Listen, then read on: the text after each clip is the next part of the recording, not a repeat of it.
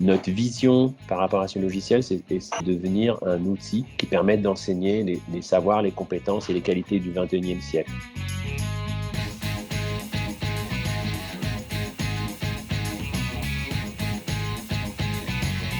Je m'appelle Youssef Raoui, je suis le fondateur et le dirigeant de Mad Mags. On est une société basée à Paris et on édite un logiciel qui s'appelle aussi Mad Mags qui permet de créer des magazines scolaires, aussi bien web que papier, de façon collaborative.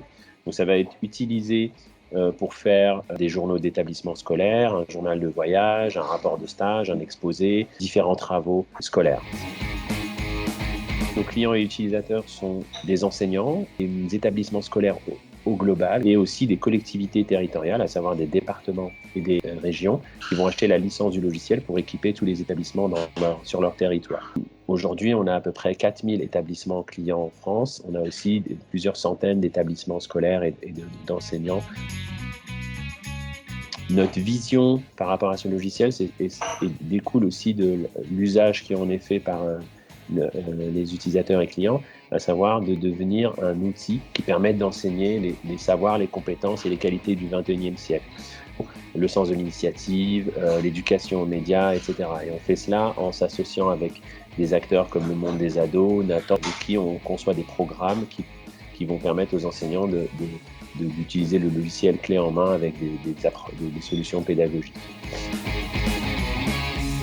Donc il y a plusieurs choses que j'ai trouvées vraiment très instructives et éclairantes. Je dirais que la plus significative pour moi, c'était les seuils d'achat des clients suivant leur profil.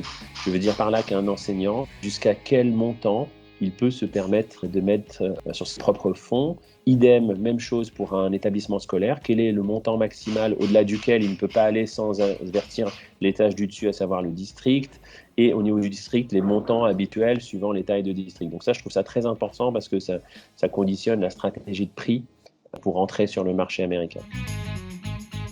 Pour moi, c'est surtout les retours d'expérience et les sessions individuelles. Donc, retour d'expérience d'une start-up française qui s'appelle Lalilo, qui s'est lancée aux États-Unis sur le même marché que nous, donc le K12. Ça, c'était extrêmement intéressant parce que l'intervenant était très franc, très direct et c'était extrêmement instructif. Les sessions one-to-one qu'on va avoir avec des différents mentors sur les sujets spécifiques qui nous importent. Alors, nous, on va lancer une toute nouvelle version du logiciel directement aux États-Unis. On la lance fin d'année.